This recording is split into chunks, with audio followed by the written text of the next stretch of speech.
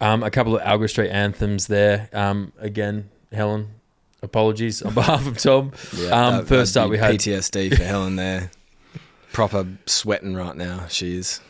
Yeah, shout out to Helen. God bless Helen. Respect. The first track was Crew by Goldlink, and the second was Liquor Stowe, Earth Gang featuring Mareba. My bad. Tom, I wanted to ask you a question.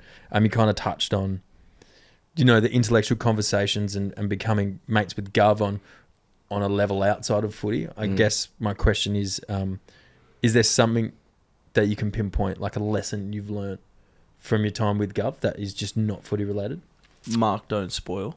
Yeah, legit, man. Just fly for everything. Just leave your man and just doesn't come off. Yeah, live and die by the sword is what he used to say, him and Praddy.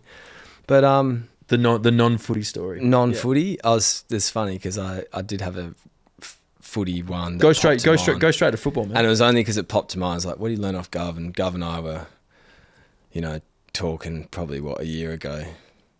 And I was having a go at him, laughing at him like, I think I just won the best and fairest. Saying, mate, you got 4 jackets, You probably need to give me one. Yeah. What do you reckon? You share them around. I got none. Blah, blah. And he's saying, mate, you got plenty to learn still. And so anyway, in training, Gov started palming the ball to me. Instead of marking it, he'd palm it over to me. So again, like we'd be defending our men, stoppage would unfold, be something happening, long kick, I've read it quick, got back, can I mark it? Nah, turned around and watched. And Gov had palmed the ball to me. Just because he would have known there's a +1, I've read it quicker. Instead of marking this, I'll just bit of ruck craft. And so we started laughing, and I'm going, I'm a ruck at heart, let's be honest. You are a ruck at heart.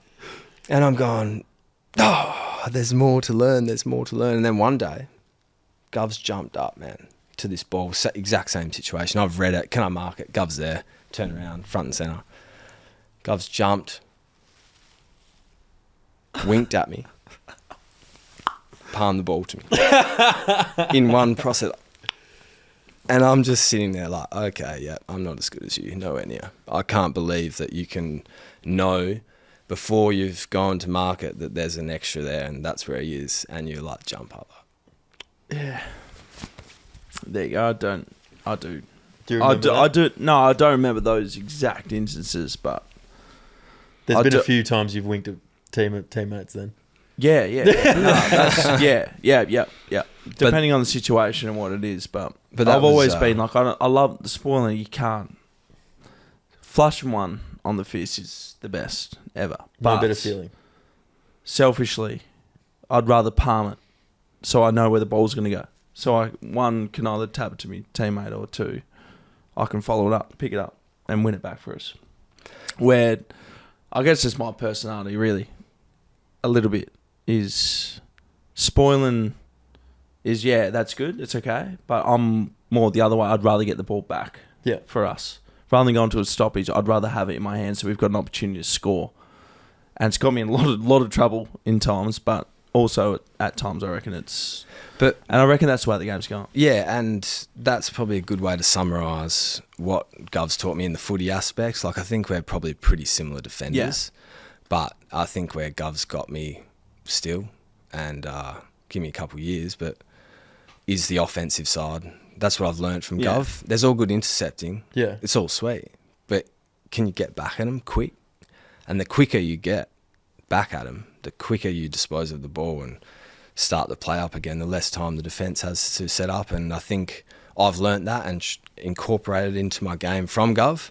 But innately, you were almost doing it. You were doing it from the first second you got in the game. And I think that's your brand identity as a player, and why you might have had such a big influence on the game is because it's not just intercept and big specky mark. It's intercept, land on your feet and give a handball, or hit a corridor kick, or conversely, don't get back far enough off the mark and kick it into the man in the mark. Yeah, I was critical of that. That's my that was my thing. That's your kryptonite. Nothing better than the stand rule in that aspect. Defensively, way harder. Stand rule offensively, best thing ever, because I can't get smothered now. But I used to cop to minimum one a game, and it was bad. It was a coach killer. And so But- here's 3 doors down, kryptonite. Going back to my question then is what's something off the field now? So look, I think the loyalty in which Gov approaches his mates with, and the culture aspects, like I think it's innate from his dad. That sort of, Gov told me once, there's no point being in first class if your boys aren't with you. And I think that's a good way to describe your mindset with things. You always want to bring your boys with you, and you're always looking to look after your boys and the community and as a whole. And I think the other thing that stands out when I think about what you've taught me in our huge discussions intellectually is like value creation. Because I throw up ideas about businesses. Yeah, we sort of touched on that the last potty we did. Value creation. Value creation. It's like,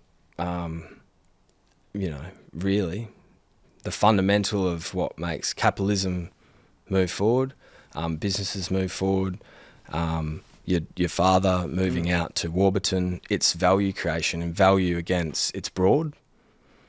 And it's not just money, it's not just this, it's fixing a problem. It's making more sentiment attached to a birthday card. It is increasing the value of anything. And that is fundamentally at the root of good businesses. They make transactions quick, PayPal, Apple Pay, done, whatever it is, Afterpay. They give the consumer something that wasn't there already. And what was the thing they got? They got something that made their life more valuable. And that can be sentiment, it can be money, it can be efficiency, it can be anything. But value's at the centre of it. And it was something that it was kind of foreign to me. And now it's something that I think about like every day from the second I wake up to the second, like so much so that when I'm thinking about this pod ep that I'm doing tomorrow, it's like, no, stop. Use your thoughts for value creation. How can I fix a problem? How can I get back to that? Yeah. Does that resonate with you at all? Yeah, 100%. It's not like I think 100%. And I think that way so much that it goes too far, if that makes sense at times. Yeah. So maybe if you're doing something and you're not doing it at an optimized level, or it's not necessarily moving as efficient as you would like it to, it can actually go a negative way as opposed 100%. to continue that positive. It's like some of the, because you just naturally do it all the time. It's like, this isn't the time for that. Yeah. Right now. This isn't, why you think, I get to that point where it's like, why am I thinking like this? I'm literally just chilling here with my mates. And I'm thinking about that. Of like, oh mate, what if, it's sort of, it's so good. I love it because that's the way I am. But at the same time, I pull myself up all the time of like, man, just chill out. It's all good. Just enjoy this time. Don't worry about that. But then you say it to people sometimes, and I just think everyone thinks like that. Yeah. Well, I don't know. Yeah, that's just what I think. I just think everyone thinks that way in a sense. But then you say it, and then someone's like, man, I've never looked at it like that. And I'm like, oh, fuck, what do I... Am I looking at it the wrong way? But then you get feedback of like, mate, that's a good way of looking at it. No, Vice versa, I do get the other way from my missus, Maddie, all the time. She's just chill, or just relax. And I'm like, you're right. Why am I trying to bring efficiencies and different things in different areas of my household, of the way the nappies are folded? Like, you know what I mean? It's like we could do this quicker and better and easier, but at the same time, like, and that's what I've actually learned. Well, that is from learning how to relax and take a step back is a value in itself. Well, that's the thing is of presence, and I've actually learned that from TB of perfect segue into my next question. Yeah, literally, that I've learned that from him of like, I think that's got a time and a place, but there's also the time and the place for just completely being there. Yep. And I see the way he operates and the way, not just at footy, life in general. He's so there wherever he is. Extremely present. Yeah. Yeah. And he's entrenched and looking at things differently in a light of, we talk about value. The value side is that connection with someone and that understanding of someone. And I've learned that from him of, I'm not there and I shouldn't be thinking this. I should just be there listening to this person speak and who they are. and what we're talking about, I need to be involved in that conversation, whether it be small level or a deep level. We just need to be on the same wavelength. We need to just be chatting about this. So I've actually learned that from you, of just chilling out, just getting to know this person. It's nothing about that, which I value highly, and it's helped me actually look at things differently and communicate with people differently. And the funny thing is in the business world, if you are doing business with someone, and I just don't even think about business, but I want to connect with that individual just purely on that level, it's funny that the actual business side of things ends up coming around, if that makes sense. Yeah, it's like, I'm not trying to pitch you, I'm not trying to I'm just trying to get to know you as a person. Then from that person feels it, and we're in the same sort of area or sector of work. Before you know it, he's giving me a buzz and going, hey man, can you quote some work for us? And it's like, well, I didn't even, wow, okay.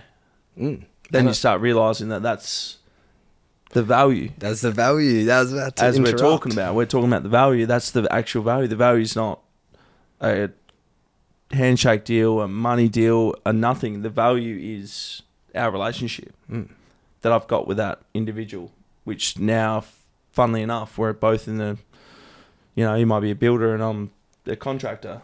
We've got a great relationship. He's calling me because we've got a great relationship, not purely because he wants dollars and cents. It's because he wants to be involved in a relationship. And that's using those skills that you've kind of learned from Tom of like, all right, no, I'm actually going to be present in this moment. I'm not going to be, how can I have the most efficient deal done here? It's like, how can I have that human interaction? And that's something he's really amazing at. Mate, he's best at it. And that's such a valuable thing. And for me now, that's the mindset of getting to know people. It's got nothing to do with anything else except actually getting to know them. And what'll be will be. If it is something does come out of it, great.